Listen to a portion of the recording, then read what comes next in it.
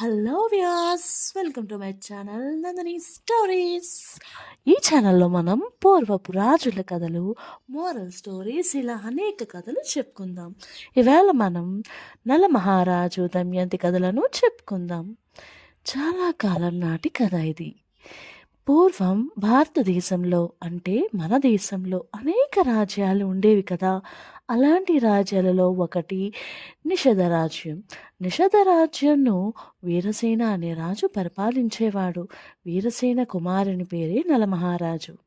నలమహారాజు గొప్ప వీరుడు, మంచి గుణవంతుడు, పరమసుందరుడు, సత్యవాది, ఇంద్రియాలను గెలిచినవాడు, బలమైన గొప్ప సైన్యము కలవాడు. సైన్యాధికులందరూ యుద్ధ విద్యల్లో సర్వసముద్రులు. ఇన్ని మంచి లక్షణాలున్న నలమహారాజుకి ఒక చెడు అలవాటు కూడా ఉంది. అదేనండోయ్ జూదం ఆడడం. జూదం అంటే మన భాషలో చెప్పాలంటే బెట్టింగ్ అన్నమాట. ఇదే నిషధ రాజ్యానికి దగ్గరలో విదర్భ రాజ్యం ఉండేది. దీనిని భీమా అనే రాజు పరిపాలించేవాడు. ఇతనికి 4 సంతానం, 3 కుమారులు, ఒక్కగానొక్క కుమార్తె. కుమారులు దముడు, దాంతుడు, దమనుడు. కుమార్తె దమయంతి. దమయంతి సామాన్యురాలు కాదు, సాక్షాత్తు లక్ష్మీదేవితో సమాన రూపవతి. మంచి గుణాలు ఉన్న తెలివితేటలు గల అమ్మాయి. విదర్భ దేశం నుంచి నిషధ దేశానికి వచ్చే వారి ద్వారా దమయంతి అందచందాలు, గుణగణాల గురించి నలుడు తెలుసుకున్నాడు. అదేవిధంగా దమయంతి కూడా నలుని గురించి తెలుసుకుంది.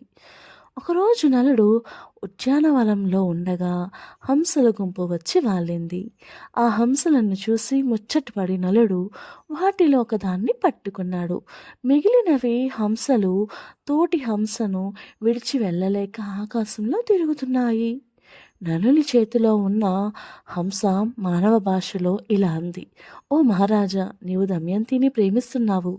నేను దమయంతి వద్దకు వెళ్ళి నీ గురించి, నీ అందచందాల గురించి, గుణగణాల గురించి చెప్పి నీ మీద అనురాగం కలిగేలా చేస్తాను అని పలికింది. ఆ హంస పలుకులు విని నలుడు ఆనందపడి దానిని విడిచిపెట్టాడు. ఇచ్చిన మాట ప్రకారం ఆ హంసలు విదర్భ దేశానికి ఎగిరిపోయాయి. అంతఃపురం ముందు విహరిస్తున్న హంసలను చూసి దమయంతి ముచ్చటపడింది.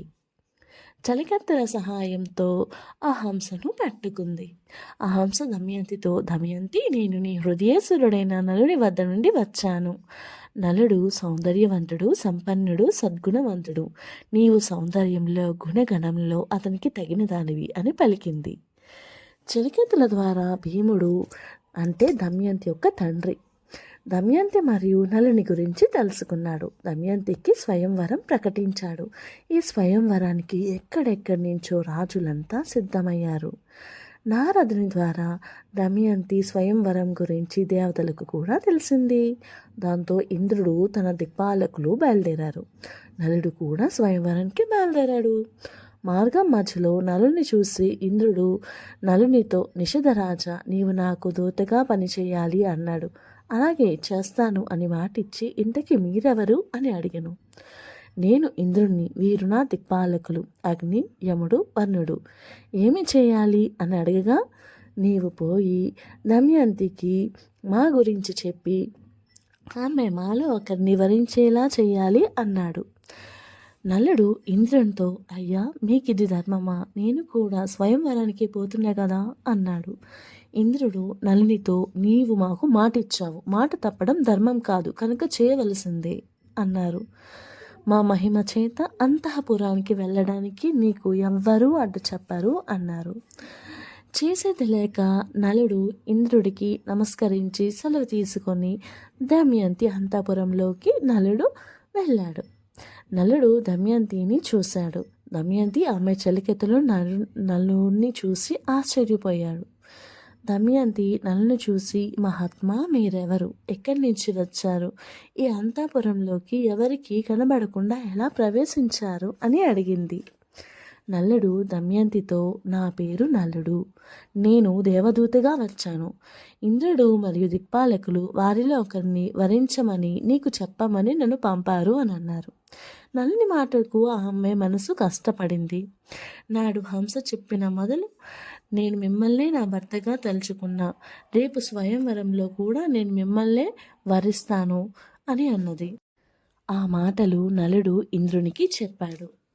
మరునాడు ఉదయం దమయంతి వరమాలతో స్వయంవర సభలో అడుగుపెట్టింది. ఎందరెందరో రాజులు స్వయంవరానికి వచ్చి ఉన్నారు. నలుని ముందు రోజు చూసినందున దమయంతి నలుని కోసం చుట్టూ చూసింది. ఆశ్చర్యం! ఆమెకి నలుని రూపంలో ఉన్న మరో నలుగురు అంటే 5 నలులు కనిపించారు. ఇది ఖచ్చితంగా దేవతల మాయే అని తెలుసుకొని అసలైన నలుని పోల్చడం కోసం 5 వరమాలను తెప్పించి వారిని ధరించి ఆసీనులు కమ్మంది.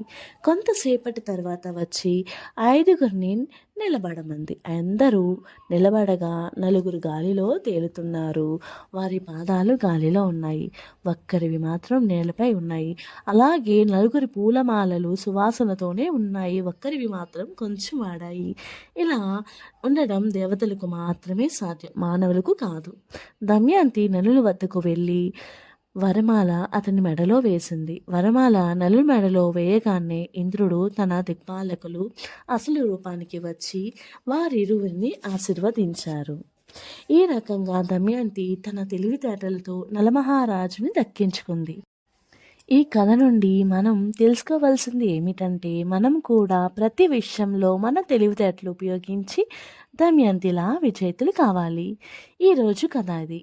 ఈ కథ నచ్చితే నా ఛానల్కి లైక్ చేయండి, మీ ఫ్రెండ్స్కి షేర్ చేయండి, సబ్స్క్రైబ్ చేయండి. మళ్ళీ కొత్త కథతో కలుద్దాం. Bye bye.